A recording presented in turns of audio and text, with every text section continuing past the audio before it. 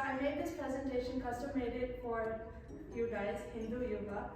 So I know what you all do, unity, virtue, action. Lassa told me a few things. So aYUrVedA is basically the eternal science of life, and Hindu Y.U.V.A is youth for unity, virtue, and action. I'm going to show you how aYUrVedA fits into this one. So my journey started in 2018 when I was exploring what I should do for college education. I never applied to a college. I was more interested in pursuing the Indic systems and Indic knowledge, and that did not start in 2018. I was actually really shy about my culture. I was really ashamed when I was younger. So I really hesitated to put on a bindi or wear traditional clothes or talk about my food. I used to in fact hide my lunchbox so that no one would know what I'm eating. Like, I was a very shy, reserved type of person since very young age. But then once I grew up, once I was 18, I was really passionate about learning about my culture, because that was the thing that really set me back, because I was never able to explain to someone where I was coming from. And so when I went to India in 2011 to study in India because of my parents' job, we moved back for a little bit. And during that time, when I came back from India to US again, people asked me like, oh, how do you know English so well? Like, that was the standard question. You can relate to that, right? Like, I don't know why they thought that I wouldn't know English just because I came from India, but that's what they thought, and they were really surprised that I even know English. So what I believe is that the West, they lack Indic knowledge, like they lack awareness about Indic knowledge, and the East lack the oratory skills to communicate. So that's where we can bridge the gap. But the thing is that both of them have a similar cause, is that we lack the rootedness in the Indic thought process. So due to years of colonization, we have an inbuilt nature that we suppress our inner traditional roots, and we don't accept or admire them. So what the Indian government is actually doing is, there's a Ministry of Education in India, and in that they have made a separate cell called Indian Council for Cultural, called Indian Knowledge Systems, IKS. So this division, what it believes is that by protecting received wisdom and doing economic security and building the national pride, we can reiterate the importance of IKS and bring it back into the mainstream. So these are just some general points about the Vedas and what the Chaturdash Vidyasthanas, or 14 classifications of knowledge, are. So you have the limbs of Vedas, Shiksha, Vyakarana, and then you have the 4 main Vedas, Rig, Yajur, Sama, and Atharva. Why I'm showing you these is we have to understand where aYUrVedA fits into this. So before we go into aYUrVedA, I want to show you where aYUrVedA would fit into this chart. So when you look at the 4 Vedas, you see Atharva Veda. So aYUrVeda is an Upaveda, a branch of Atharva Veda. So its principles are based off of Atharva. Do you know where Gandharva Veda would come from? Sangeetam. Samaveda. So similarly, Y.U.V.A, the branch from Y.U.V.A is Dhanurveda, archery, and the branch from Rigveda is Arthashastra. So the IKS, which the government is promoting for management school students, has these 4 parts. And if you look at this, you find that aYUrVeda fits into health, wellness, and psychology. If you look at literary and non-literary aspects of the Indian knowledge systems, you have Sanatana Dharma, which forms the core. And then in the core, you have the Chaturdash Vidyasthanas we just went over. And from there, Atharva Veda is where aYUrVeda comes from. But if you still look at other forms of Sanatana Dharma, you see that health, wellness, and psychology is where aYUrVeda fits in.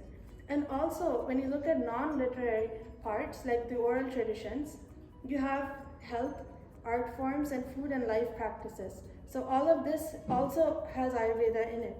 So you see, aYUrVeda is not just in one part of Indian knowledge system, it's actually a social, cultural, and medicinal field where aYUrVeda is present in all of these. We already looked at the importance of Indian knowledge system in protecting our national pride and economic security. This is the book that we have over there. Ashtanga Hridaya. So this is just one of the several samhitas. We have a Brihatrayi, which are the three big books. That is Ashtanga Hridaya written by Y.U.V.A, Charaka Samhita written by Charakacharya, and Sushruta Samhita written by Sushruta. So they are all approximately this size. And then you have Laghutrayi, which are Madhavi Nidana, Sharangadhara Samhita, and Bhava Prakasha. So these are just a few of the books to mention. Actually, there are more than 50 books written on Ayurveda, which we refer to, and there are thousands available outside. This is just to show you the vastness of the subject, which people sometimes just dilute and say that Ayurveda is like wellness, holistic, and stuff like that. So what is Ayurveda? Ayusha Sambandhi Veda Ayurveda iti. That means that the life science or the eternal science of life, which is related to life, this knowledge which is related to life, and Ayusha Palakam Vedam Upavedam Atharvanaha. As I mentioned earlier, it is a branch of Atharvana Veda. And what is life itself? So life is a combination of your body, your senses, your mind, and your soul.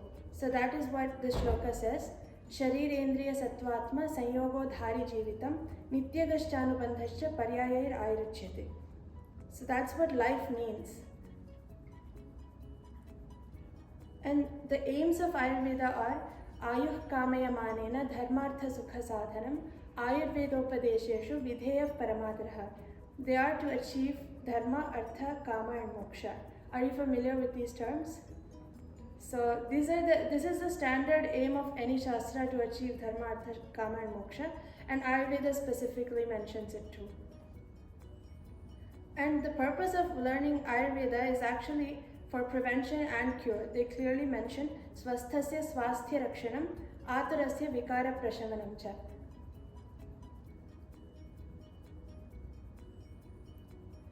These are the 8 limbs of Ayurveda. Can you guess what they would be? You can read it if you can, but you can tell me in English. What do you think branches of Ayurveda could be? Specialities? Psychology. Surgery. You got 2. There are 8. Like physical Yoga is a darshana. Yoga is actually not Ayurveda. So when you look at the Chat Darshanas, you can see, not here, but when we went to the first slide we looked at, this had yoga as part of the darshanas. So that's where this slide is really important. That's why you can see where Ayurveda falls into place. Ayurveda is not mentioned on this, but yoga is different from Ayurveda. Okay, so Kaya means the body. So this refers to internal medicine. The medicines like tablet form, churna form, or gutika form. These are all the ways in which they prepare kashayas and give to the patient. So this is Kaya. Bala refers to pediatrics. Graha refers to psychiatry. And Urdhvanga refers to Shalakya Tantra or ENT. Shalya refers to surgery, as he mentioned. Damshra is actually, it means a bite. So Damshra is actually when you get snake bites or you get poisoning due to various plants. That's the branch that deals with that is called forensics medicine and toxicology, and that's a branch of Ayurveda. Jara refers to geriatrics, treating old people. And Vrisha refers to aphrodisiac therapy, to cure infertility. So these are the 8 branches. The shloka goes like, Kaya Bala Grahordhvanga Shalya Damshtra Jara Vrishan Ashtavangani Tasyahu Chikitsa Yeshu Samshrita. Am I going too fast? Is it? So is genetics part of Ayurveda or? Yeah, it is. It's called Bija aYURVEDA Sambandha. It's a part of Vrisha Chikitsa, and it also comes under Kaya and Bala, because when you talk about the formation of a fetus, we look at genetic factors. There's also a concept of how a gender of a child is determined. The concept of various genders is also in Ayurveda. Like, there are more than 7 genders described in Ayurveda. I won't get into that. I'm scared. So, I won't get into that topic. So, what is health?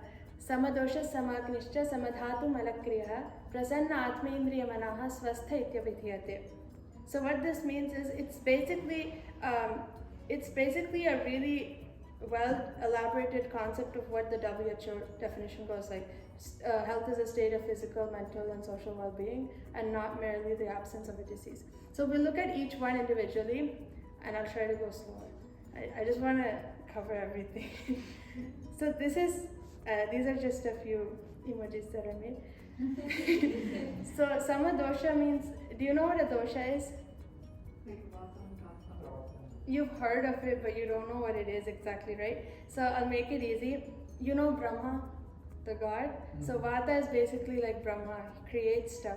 It's dry and lightweight. It's basically like the wind. It moves in your body. So whenever you take a breath, you expire, inspire, and all the peristaltic movements in the body, when you need to evacuate stool or urinate, all of this requires Vata to process that. And Pitta is responsible for metabolism. So what god do you think Pitta represents? Vishnu. No. Shiva. Why? What happens during metabolism? Destructive process. So that's what Pitta does. It's basically heat, and it destroys the unwanted stuff and it cleans the body. This is not in its vitiated form. So when it's pure and it's functioning properly, these are what we're talking about. And that's why you can compare them to gods. So gods won't destroy things that are good for you because they never vitiate. But doshas do in the body. That's the only difference. So kapha, that's the only thing left, right? So kapha is Vishnu. He maintains and preserves the body, nourishes the body. He's cold and soft and oily. That's kind of how you describe kapha. He helps you sleep well. What exactly are doshas? Doshas are physiological entities in the body that are responsible for whatever I said, like movement, metabolism, and nourishment. They aren't physical entities, so you can't see them. I just made it easy with that. That's not how they look. You can't see them. Trust me. So first we look at samadosha. Now we have samadosha, samagnisha. Yeah, we have samagni. So what does agni mean? Yeah, you can say biothermal energy or digestive fire, but it's simple to say agni. So when this is in balance, what do you think an imbalance of agni would be? Really high body temperature. Constipation is an imbalance in the kosha, which is below the agni, the digestive tract, like intestines. But we're looking above. The agni is in the stomach. Indigestion. Heart Ulcers? You're saying, okay, it's really simple. Agni being excessive, agni being low. Sama agni would be the balance of that. So it's just tikshna, manda. Vishama. Vishama means it's imbalanced, like it's sometimes more, it's sometimes less. So it's really simple. Ayurveda is really simple. The concepts are so easy. You just have to apply them, and that's what's hard. Because you can easily tell, like samagni means it's equal, and vishamagni means it's irregular. Tikshnaagni means it's too much. You're always hungry. Mandagni means you're never hungry. It's that simple. So there are 4 types of agni, and the one that is always at equilibrium is samagni. Samadhatu. So some more cute characters. That's rasa from the left. Rasa, rakta, mamsa, meda, asti, majja, and shukra. So these are the 7 dhatus of your body that get nourished whenever you eat something. Rasa is the fluid, rakta is the blood, mamsa is the muscle, medas is the fat or adipose tissue, asti is the bone, and majja, bone marrow, shukra is the semen, sperm, or reproductive system of women. I shouldn't have put hair on her. It makes it different, but it's okay. I made these a long time ago. So basically, can you identify what the Panchamahabhutas are and then try to tell me which of these have which Panchamahabhutas? Panchamahabhutas are Prithvi, Up, Tejo, Vayu, and Akasha. 5 elements. Earth, water, fire, air, and space. Would fat be earth? Would what? Fat. Fat be earth? Yeah, it could be a mix of earth and what? Water. Like water means liquid, it doesn't really mean H2O. Rasa? Water. That's easy. And bones, asti, earth, and maybe akasha too, because there's space inside. So the bone marrow would fit in there. So that's how it is. The Panchamahabhutas are what we're made of, and it also exists in the universe. This is the Siddhanta, Panchamahabhuta Siddhanta, the theory of 5 elements. And we went from Samadosha, Samagnisha. Can you say it with me? Is it too hard? You can remember, right? Like Samadosha, Samagnisha, Samadhatu. Now we're at Malakriya. So what's the first? I made it a little bit difficult because I didn't put the real emoji that you use. What's the first one? Poop. The second? Urine. Urine. What's the third? Sweat. Yeah, so simple. Shakrit, Mutra and Sveda. So these are the Shakrit and Mutra are the Sthula Mala and Sveda is the Sukshma Mala. These are actually all Sthula Mala because the other parts of the body where excreta is released, like from the ears, you have earwax, right? And from the nose, you have boogers. And from the eyes, you have the discharge from the eyes. So there are several other aspects to this, but these are the main. So balance in this, like if you have diarrhea or constipation, or excessive urination, diabetes, or you have excessive perspiration. So this would be an imbalance of that. Now, can anyone try to say it from the beginning? Samadosha? Malakriya. Good job. Okay, this is going to be on the test. I didn't plan for test, but let's pretend. Prasanna Atma Indriya Manaha. So remember this. Prasanna Atma Indriya and Manas. So we already looked at the Sharirika point of view. Like we looked at the bodily things when we talked about the doshas, the dhatus and mala. That's all related to the body, right? So, but then Manas, Atma and Indriyas are special entities. That's why they say Prasanna Atma Indriya Mana. You have to be pleasant in your mind. You have to feel good. That's also the definition of health. Swastha ityabhidhyate. Let's try to say the whole thing. Doshas Samagnischa Samadhatu Malakriyaha Prasanna Atma Indriya Manaha Swastha ityabhidhyate. I'll ask you at the end. Okay, so let's test if you're healthy. Do you have a phone or do you have a piece of paper? Yeah. What? You have to memorize this shloka also. Yeah, because you're all Indian, I expect you to memorize.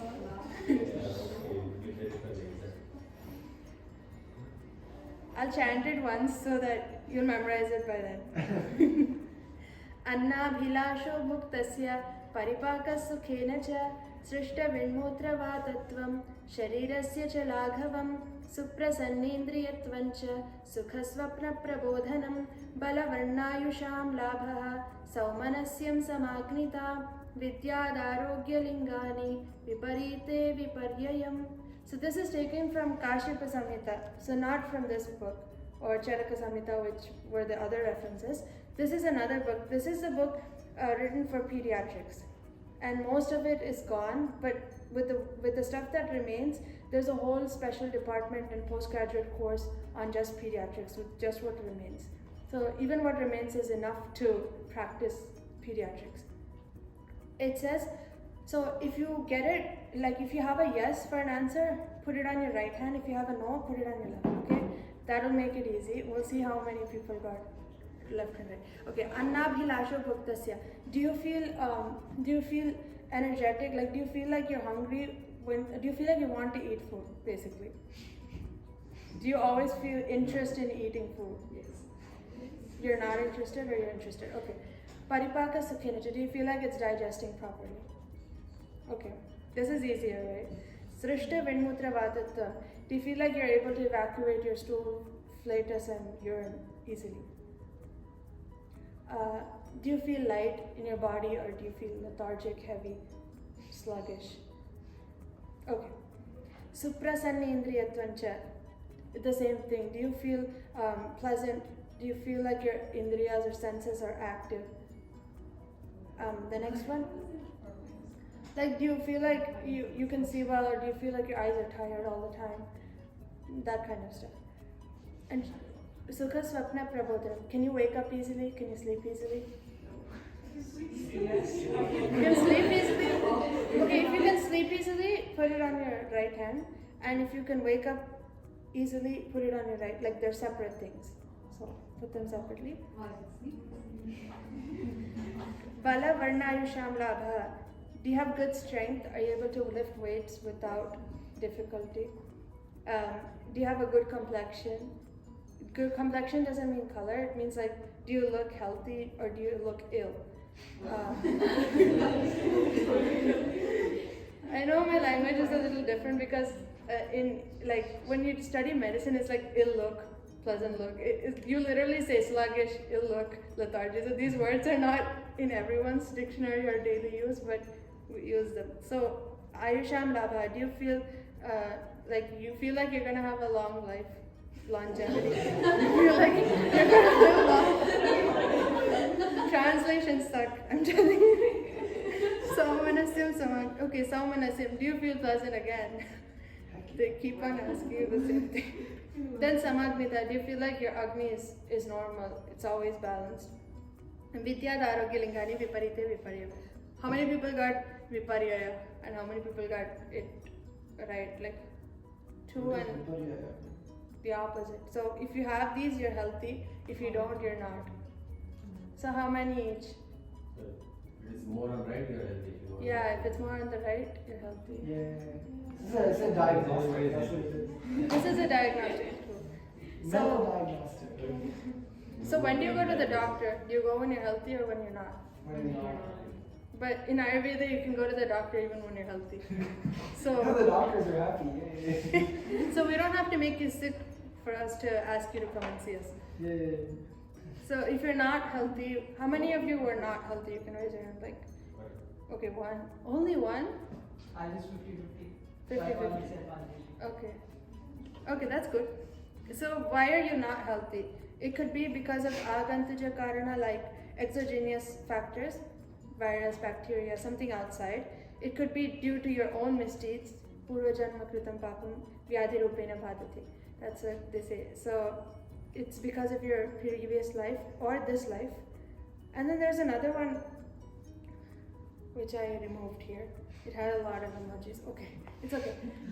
It's called Nija. It means that the internal factors which are responsible for bad health. That could be due to dosha, it could be due to your mind also. So in the mind you have sattva, rajas and tamas, and in the doshas you have vata, pitta and kapha.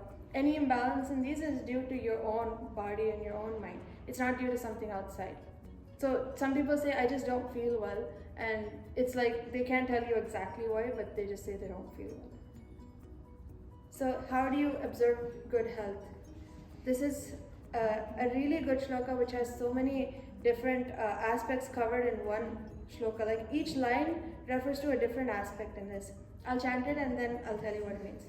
Nityam hitahara vihara sevi samikshyakari vishayeshva sattah data samasatya paraha kshamavan aptopasevi cha bhavatya rogaha. So here it says in the first line, you should maintain a healthy diet and a healthy regimen always. So this refers to basically the diet and regimen. The next line talks about your senses. So you should always take in sensory input only if it's good for you. So you should look at the screen minimally, you should not overeat, you should not overindulge in any activity which involves hearing, putting AirPods all day long. So that kind of stuff. That's what that means. Data samaha satya paraha kshamavan. So you're always going to be doing donations, helping people, doing seva, and speaking the truth and having forbearance. So these are aspects related to society. So these are things in how you deal with interpersonal relationships. That's the third line. And the second line was how you yourself deal with the external world. It's not really about relations. And the fourth line is about spiritual well-being. Aptopasevi cha bhavatya rogaha. Worshipping or listening to the words of Apta or the gurus. Apta doesn't really mean a guru, but it does. A guru can be an Apta. It means a preceptor, a person who guides you and who is free from rajas and tamas, who's free from the doshas of the mind and body, and he's a very true person who's capable of guiding you. Like the person who wrote Ashtanga Hridaya is an Apta. We follow him because we believe that his words are true. It's called Aptopadesha. Apta is a pramana also. The Vedas are Apta, like Agama, right? What is Pramana? Pramana is a learning tool. Thanks, Lassi, you're helping me. Yeah, so Pramana is a learning tool. You have Pratyaksha, that is direct perception. You're seeing the screen, so you know it's on. But are you sure of it? So then you use Anumana. Anumana means inferential knowledge. How do you know whether you can digest food well or not? You eat and see if it works. So Agnim Jarana Shaktya Parikshit. So based on your digestive capabilities, you can judge whether your Agni is increased or decreased. So that's, you can't see Agni. Similarly with Vata, Pitta and Kapha, you can't see them. Just based on the symptoms, we're able to analyze. Then you have Pratyaksha, Anumana and Agama. The Agama Pramana is like the inferential knowledge, which we believe is true. The Vedas are Agama Pramana, right? So that is the same thing. It doesn't really mean you worship them and you wash their feet, and that's not what it means. It means that you follow the information that they gave you after significant research. So that's the introduction. Now we go to the second part. So these are the Panchamahabhutas, we already know. Why I'm saying this is, you see the word Dravya, right? Have you heard of it before?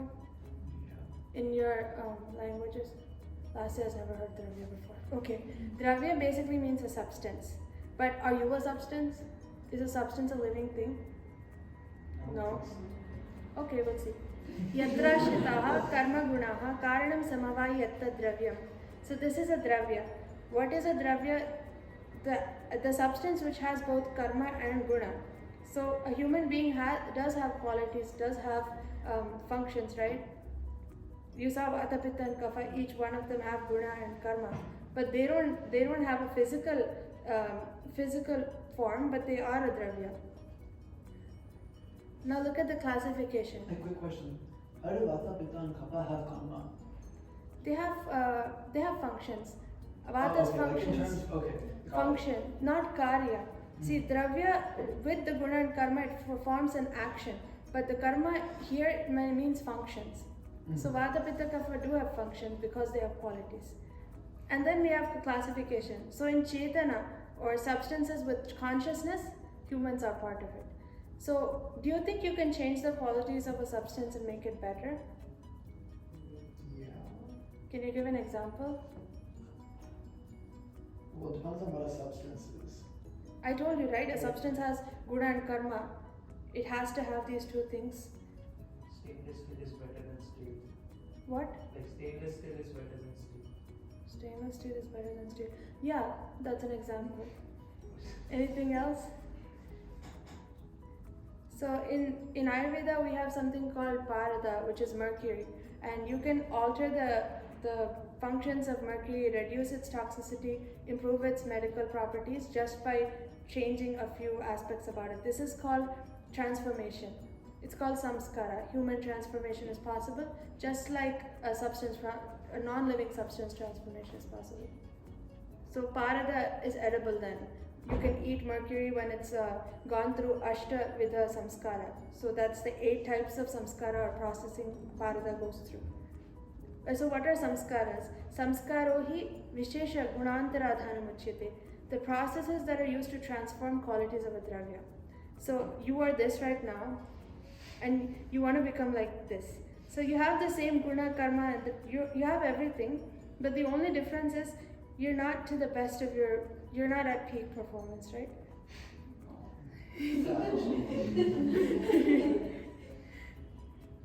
So why do we need them?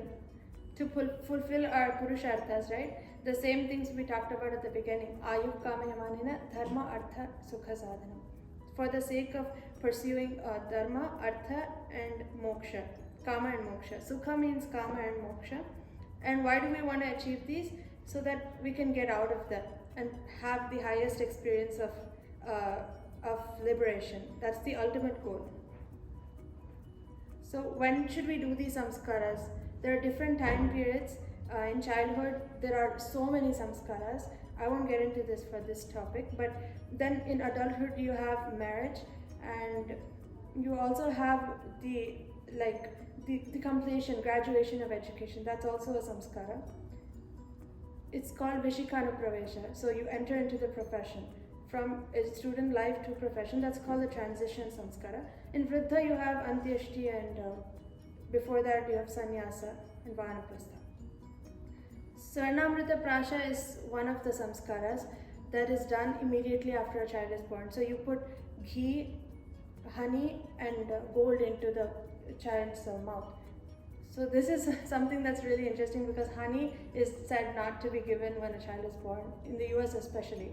Newborn babies are not supposed to take honey, and gold is like not supposed to be edible. But like I said, when you do certain processes and purify them, these substances can be taken, and they improve memory and brain power.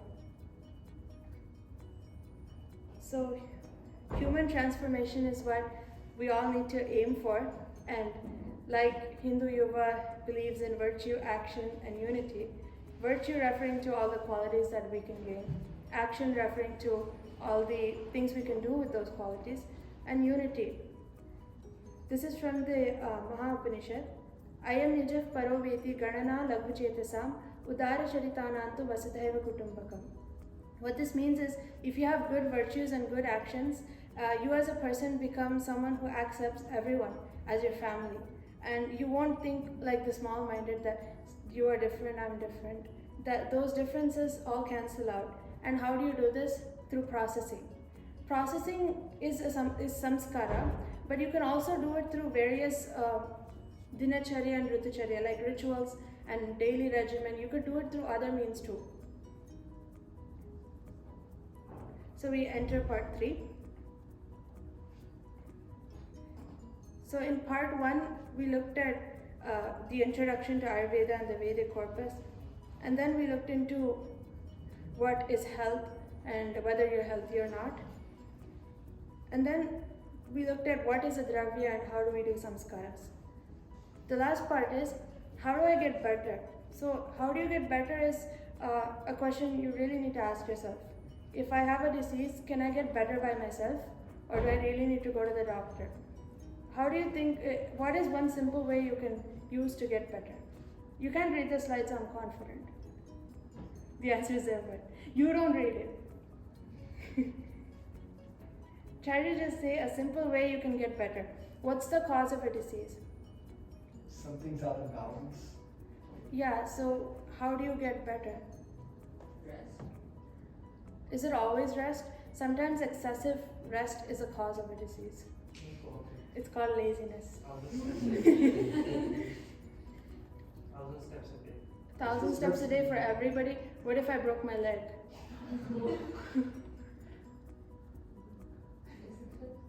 Discipline? Is discipline good? Depends. In moderation. In moderation. It depends on what you're being disciplined about. You know, I don't want to demotivate everyone who's disciplined, but if you have excess discipline, you could get attacked by a devagraha. What? A devagraha. What's a devagraha? It's basically like, I don't want to translate to a ghost, but it's basically some other spirit which attacks you. Why? Okay. The concept is, aYUrVedA has a branch called Graha Chikitsa, that is psychiatry. But in psychiatry, we have to translate this in a weird way and it looks like demonology, but it's not. What it is if you look at someone who's excessively disciplined, what disease do you think that is? Just don't think about Devagraha. What? OCD. Perfect, that's the answer. So Devagraha is actually OCD. It just sounds really fancy. You But get attacked by OCD. so if you're excessively like obsessively compulsive about stuff, that's basically excess discipline. So if you're not disciplined, that's laziness, and if you're excessively, so you want balance, right? So how do you get better? Use aYUrVedA. You contact your local aYUrVedA. Actually, if you sum up aYUrVeda Chikitsa in one line, treatment of any disease, it's Nidana Parivarjana, means you stay away from the factors that cause disease. That's I told you the answer is right in front of you, but you can't see it. So these are a few things in aYUrVeda that you may not know, you may know, but anyways, I have the reference so you can't argue with me.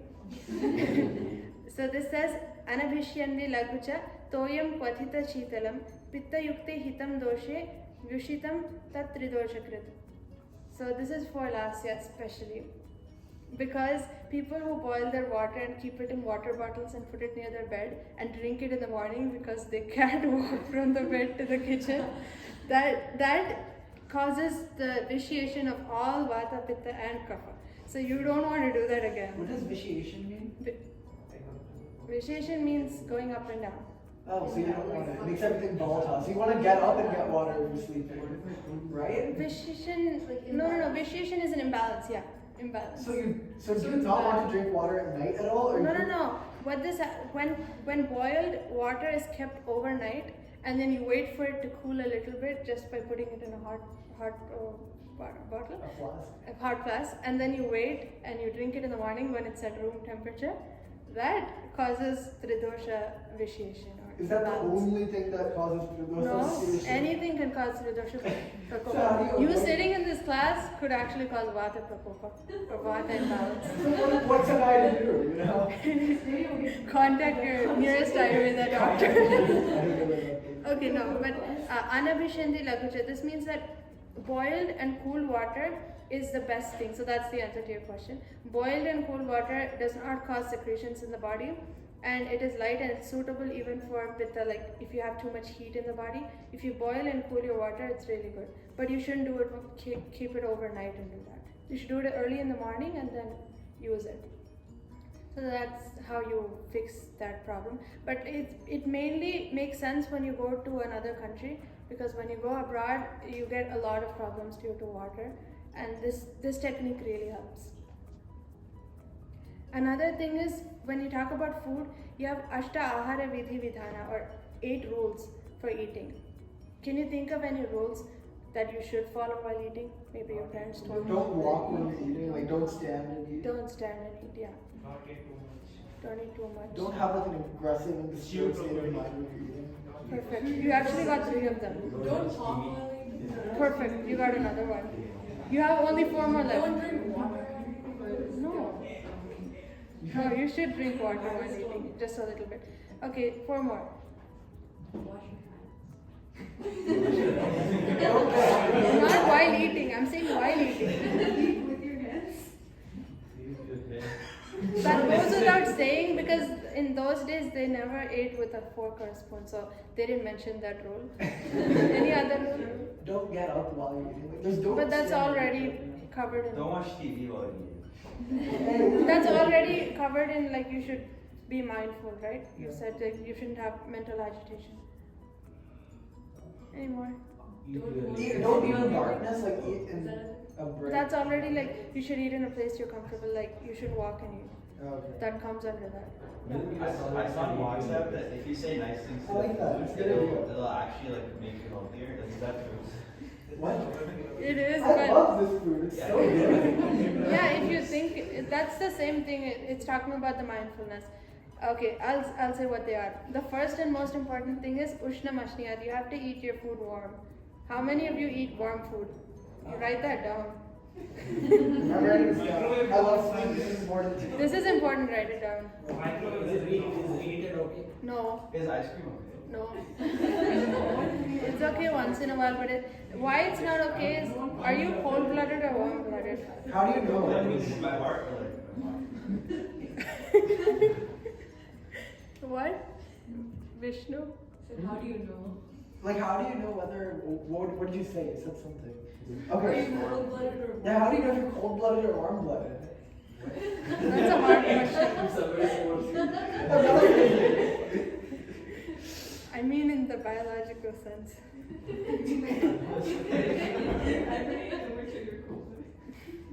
Okay, Ushna Mashniyat. The second, you should eat your food warm. That doesn't mean you have to reheat it. That also means you have to eat it fresh. And it doesn't mean you have to eat things which are really spicy and heat in nature. Warm means temperature here. It doesn't mean heat, hot in nature. Like hot in nature would be spicy pickles. So not avocado.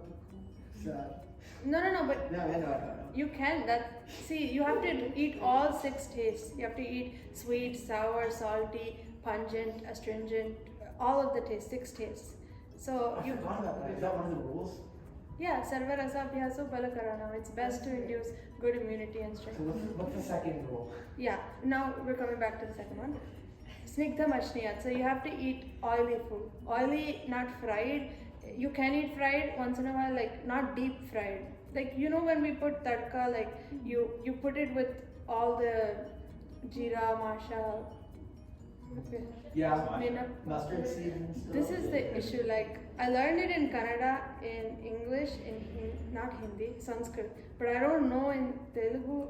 And I know the botanical names. I don't know the English names, so it gets complicated. But let me just say jeera, mustard seeds, dhania, maybe Coriander seeds. coriander seeds. Yeah, When you're shallow fried stuff. yeah. No, you can do it in ghee or oil. Yeah. You should eat oily food, like with oil. You should add oil to your food. That's I don't know because pizza is kind of abhishandi or it causes secretions in the body. It is very fat. I'm not saying fat, I'm saying oil. Ghee. Ghee is good, sesame oil, coconut oil, olive oil. I love coconut oil and sesame oil and ghee. Yeah, it's good to add a little amount of fats to your food. I love food, yeah. Eating or Both. Matra vadashniyat, like someone mentioned, you shouldn't eat too much. So you have to eat the right quantity. You shouldn't eat too less or too much. Don't measure your food based on carbs, protein, fats, because you're not a machine. You're a human being with a lot of other stuff. It's not just about like divisions. You could do that if you want, but a substance is a whole substance. You need to treat it as so. Ushnam snigdham matravat jeerne ashniyat. Only after you've complete. Then how do you measure your food? Matra. So based on the quantity, it's actually said that you should eat as much as it fits into your 2 palms. So don't follow that rule because we work so hard nowadays. Like in the olden days, they used to sleep by the time it's dark outside and they used to wake up early in the morning. Their lifestyle was different. Now we have a lot of brain usage and consumption because of phones. So I don't think that would apply completely. I get hungry. I can't just eat 2 palms and be done. So that's actually what's given. You have to eat this much per meal, and they only eat 2 meals a day. Yeah.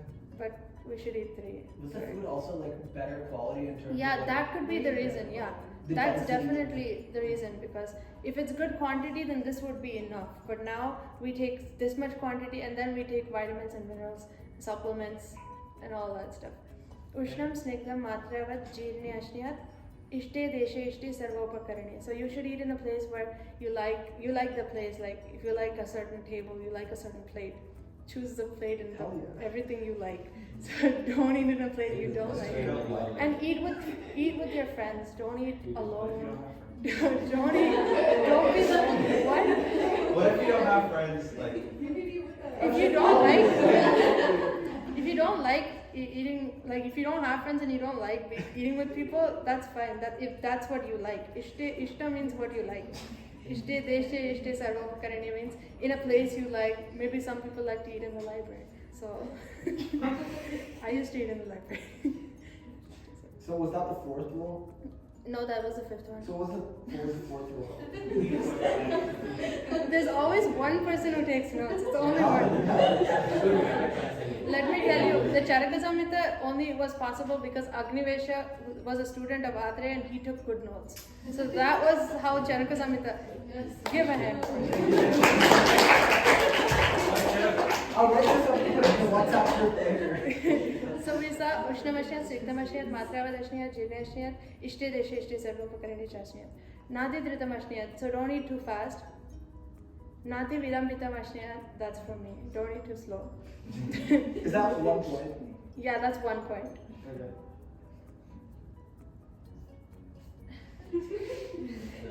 Na jalpan, na hasan. That's also 1 point. You shouldn't laugh or you shouldn't talk while eating, just as you mentioned. Why is that? Because it could like disrupt your process. You could choke. You could like Yeah. stuff will go where it shouldn't go. That's a common sense perspective. Let me give you the Ayurvedic thing too. So basically, when you're eating, the dosha that's active is kapha. Kapha is responsible for digestion during the process of eating. But after you eat, pitta is active because it needs to metabolize that. And then Later, Vata is active because it needs to help evacuate it. So you get where the nourishment and then the digestion and then the movement. So that's how the doshas are active during different phases of digestion. But when kapha is active while you're eating, if you talk, which dosha is active? Vata, because it's responsible for speech, because that's also an action. So you're disrupting the balance between kapha and vata. That's the reason you shouldn't talk. Tanmana bhunjita. Why did I get 9? Tanmana bhunjita, it means that you should be very mindful while eating. Atmanam abhisamiksha bhunjita samyak. You should also be aware of yourself. So that's why we chant a mantra before eating. Aham vaishvanaro bhutva. So we're really praying to the Agni inside us and the Agni all over in the world, wherever Agni is present. And we pray that that Agni should be balanced. So that's how eating consciously and mindfully helps. Those are the 8. Did you get them? Yeah, can you just recap what each one that you did? Okay. Like just the short form. Ushnam ashniyat, snigdham ashniyat, matravad ashniyat, jirne ashniyat, ishte deshe ishte sarvopakarani ashniyat. In English, please. Nati dhritam ashniyat, nati vilamitam ashniyat, najalpan nahasan tanmana bhunjita, atmanam abhisamiksha bhunjita samyat. For some reason I got 9, but it is 9. Then it's 8, but they I say. have 1, 2, 3, 4. It's okay. 5, 6, 7. I'll tell you later. Yeah. This is so good. What if I'm missing the most important rule? Then tell me what you got. No, I have eat warm food, eat oily food, eat the right quantity of food, Yeah. eat in the place you like and are comfortable. You're missing digest. Eat only after you digest your previous meal. I didn't hear that actually.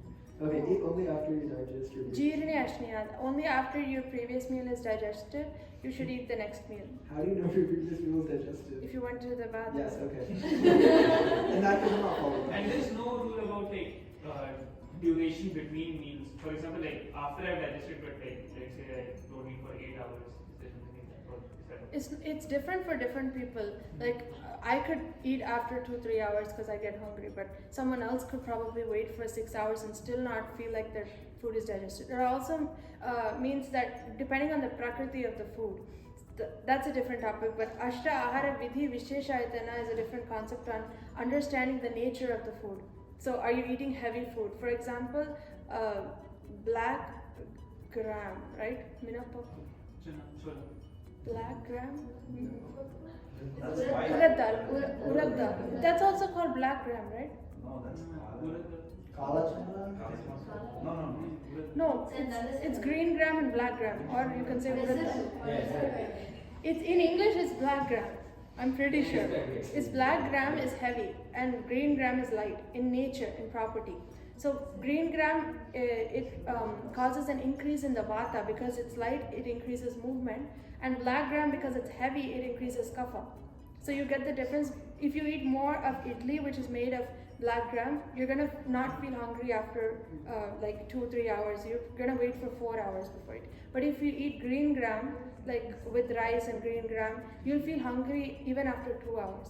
So that's because of the nature of the food, and there are so many aspects of that. I won't get into that. These are the simple ones on how to eat. That is what to eat. So that I didn't get into that. So then you have bath. Did you know this? You should avoid hot water on your head. You should never shower with hot water. You'll lose your hair. And yeah, and it'll reduce the strength of your indriyas or your sense organs. It'll also reduce your vision. Why is that? damages the nerves? Because the head has all the sense organs and they are very sensitive. They're not like the rest of your body. For example, if you get hurt on your hands or your feet, you can probably bear it, especially if you get hurt on your knees. But if you get hurt the same way on your eye, you probably go blind, right? So it's not safe.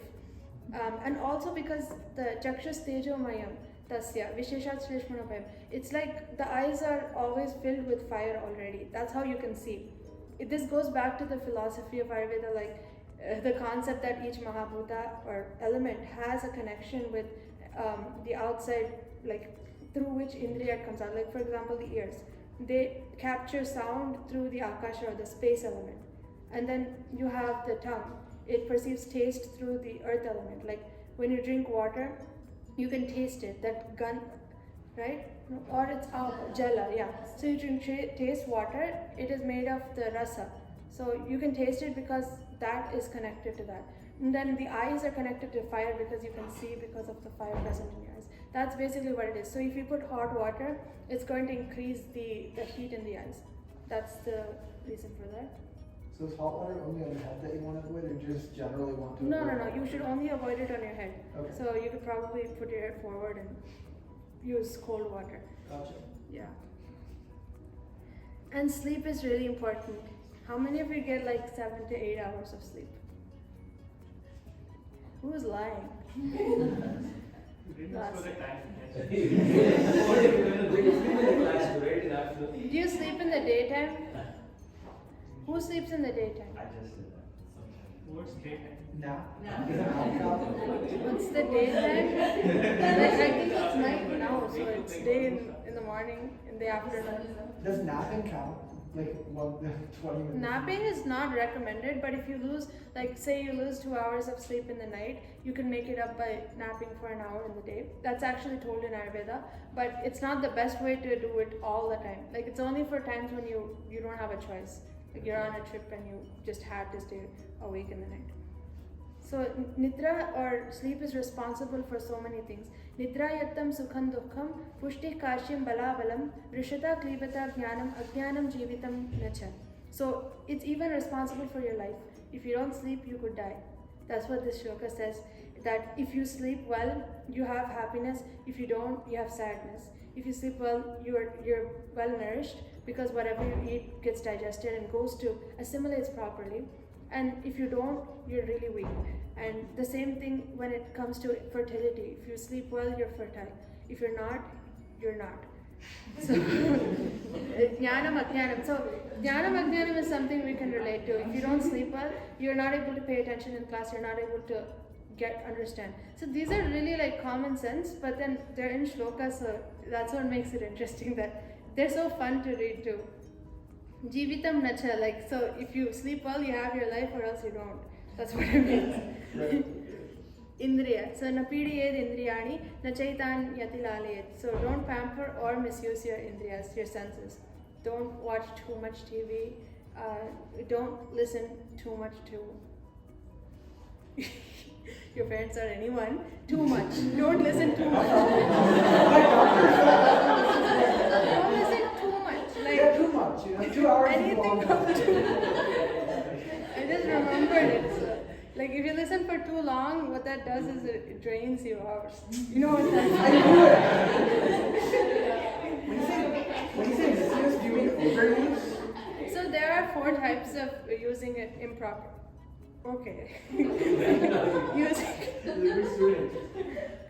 You want to write shlokas? I can tell you shlokas too. No, just tell me. Kalartha karmanam yoga hina mithya atimatraka samyak yogasya vignayo rogarogyaka karanam. So it means that using them excessively, it comes back to the same concept. Excessively, too less, an equal amount, and then using it in the wrong way. Like looking at small objects, looking at very bright illuminating objects is dangerous for the eyes. That's misuse. It's different from if you use your eyes for too long. Like you're looking at everyone, but you're just doing it too much. Like you're not blinking. That's too much use of the eyes. Too less would be you just close your eyes and meditate all day and you do nothing else. So you get it, right? Is that not suggested? What? Meditating all day. It's not for a normal person. I mean, all day, anything too much. I told you, right? You could get a devagraha. You could get something could come and attack you. So, Hinduism is also part of aYUrVEDA, which is not any time talked about. Like, I don't think anyone told you that aYUrVEDA is Hindu. Did anyone say that? I didn't know that. It makes sense. You didn't know that aYUrVEDA is Hindu? You thought it's like Western? Or No, the Tibetan monk in the Himalayas came Opening your over. third chakra, like that type of thing. So, is yoga Hindu? Huh? Is yoga Hindu? Yes. Yeah, how did you know that? Like, Because we talked about it being part of the Indian knowledge system. He did it. like not from my class, I'm saying like in general. Because that's the culture it comes from. Yeah, but unfortunately aYUrVEDA is clubbed in with other systems of medicine like Unani, which is based on Islam, and you have homeopathy, and then Siddha, which is a Tamilian origin. It is also a part of Hindu culture, but they don't specifically say that this is Hindu.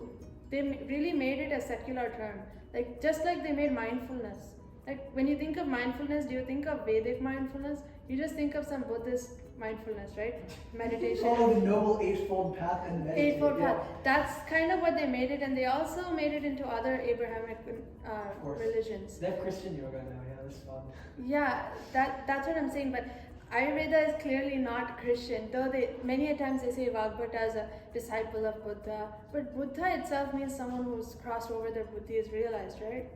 So it's not exactly, doesn't mean that he was a follower of the Gautama Buddha. But people misinterpret that and think, so here you have a proof of that this is not true. Trivarga shunyam narambham bhajitam chavirodhayan.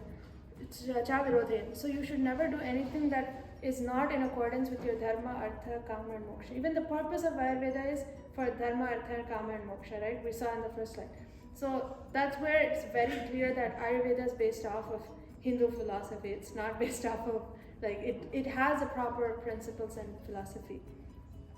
Then we have equality, the concept of showing oneness even towards ants. Atmavat satatam pashyet api kita pipilika.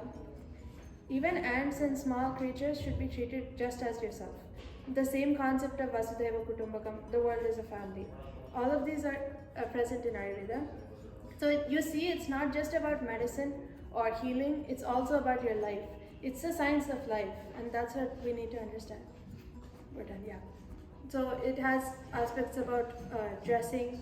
You should cut your nails regularly. Don't wear nail polish because you have to eat with your hands. And then take a bath regularly. Wear jewelry. What kind of jewelry? Gold, silver, like the metals that are auspicious. And it also says, when it says susurabhihi, it means jewelry and mantras, like wearing. It doesn't make sense to say wearing mantras, but it means that protection is around you. Chanting mantras. And don't dress too gaudy or too showy is what it says. And what can we do to protect Ayurveda? By practicing it, following a few rules every day, preserving the knowledge that's been carried forward since our ancestors, and then promoting it among people who are not aware about it. And this is the way we can protect our dharma.